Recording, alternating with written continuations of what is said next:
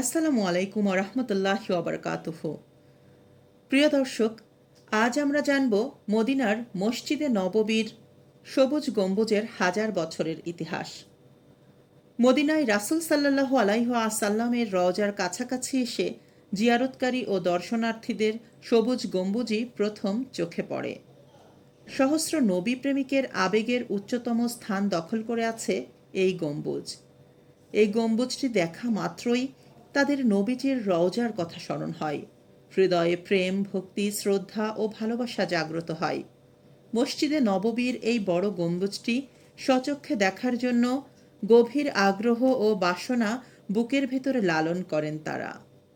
জায়নামাজে অশ্রু ফেলেন, কারণ এখানেই শায়িত আছেন প্রিয়নবী হজরত মুহাম্মদ সাল্লাল্লাহু আলাইহি ওয়াসাল্লাম। গম্বুজটি মদিনার মসজিদে নববীর দক্ষিণ পূর্ব কোণে অবস্থিত। এটি আল কুব্বাতুল খাজরা বা সবুজ গম্বুজের পাশাপাশি আল কুব্বাতুল বাইদা ফায়হা খাজরা নামেও পরিচিত ছিল।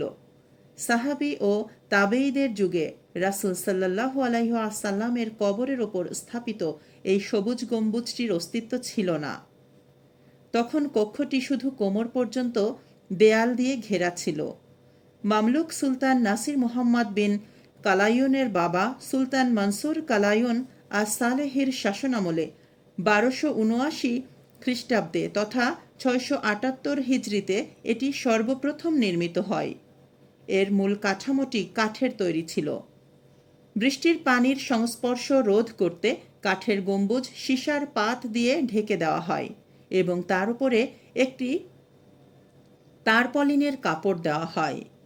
গম্বুজটি নিচের দিকে ছিল চতুর্ভুজ এবং ওপরের দিকে অষ্টভুজ। তখন গম্বুজটিতে আলাদা কোনো রং করা ছিল না। পরে পুনর্নির্মাণে সাদা এবং নীল রং করে দেওয়া হয়। 755 থেকে 762 হিজরিতে সুলতান আল নাসির হাসান বিন মোহাম্মদ বিন কালায়ুন পবিত্র গম্বুজের সীসার পাত পুনঃসংস্করণ করেন।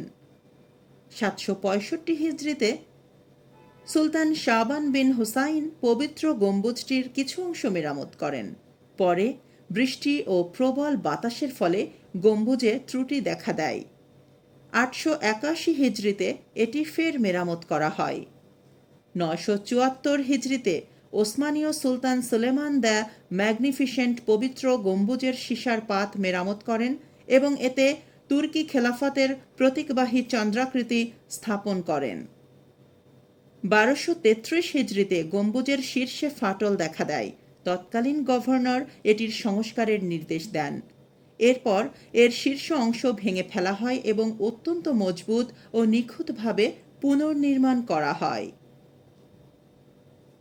1253 হিজরিতে সুলতান আব্দুল হামিদ দ্বিতীয় গম্বুজটিকে নীলের পরিবর্তে সবুজ রং করার আদেশ জারি করেন। তিনিই প্রথম সবুজ রং ব্যবহার করেন। পরবর্তীতে যখন প্রয়োজন হতো এটিতে সবুজ রং ব্যবহার করা হতো। 1481 সালে মসজিদে এক ভয়াবহ অগ্নিকাণ্ডে মসজিদের ব্যাপক ক্ষতি হয় এবং রওজা পাকের ওপরে থাকা গম্বুজ ধসে পড়ে। রাসূল সাল্লাল্লাহু আলাইহি ওয়াসাল্লামের কবর উন্মুক্ত হয়ে পড়ে। তৎকালীন মিশরের মামলুক সুলতান সাইফুদ্দিন আল আশরাফ কায়েতবাই মসজিদ নতুন করে সংস্কার করেন। তিনি রওজার ওপরে কাঠের তৈরি গম্বুজটি নতুন করে তৈরি করেন এবং এর বাইরের অংশে সীসার পাত ব্যবহার করেন। তিনি রাসূল সাল্লাল্লাহু আলাইহি ওয়াসাল্লামের হুজরার ওপর একটি কালো পাথরের গম্বুজও নির্মাণ করেন। ভবিষ্যতে গম্বুজটির পতন রোধ করার জন্য কায়েতবাই বেশিরভাগ ইট কাঠের কাঠামো দিয়ে প্রতিস্থাপন করেন। নবীজির সমাধি এই সৌধটি এই কাঠামোটি কায়েতবাইয়ের পৃষ্ঠপোষকতায় ব্যাপকভাবে নবায়ন করা হয়েছিল। 1813 খ্রিস্টাব্দে তুর্কি সুলতান দ্বিতীয় মাহমুদ রসুল এতে সবুজ আস্তরণ দেন। 1932 সালে সৌদি শাসনামল শুরু হওয়ার পর থেকে মসজিদে নববীর অভূতপূর্ব উন্নতি সাধিত হয়েছে। কয়েকটি ধাপে গম্বুজের সংস্কার, মেরামত সহ কয়েকবার সবুজ রং করা হয়েছে।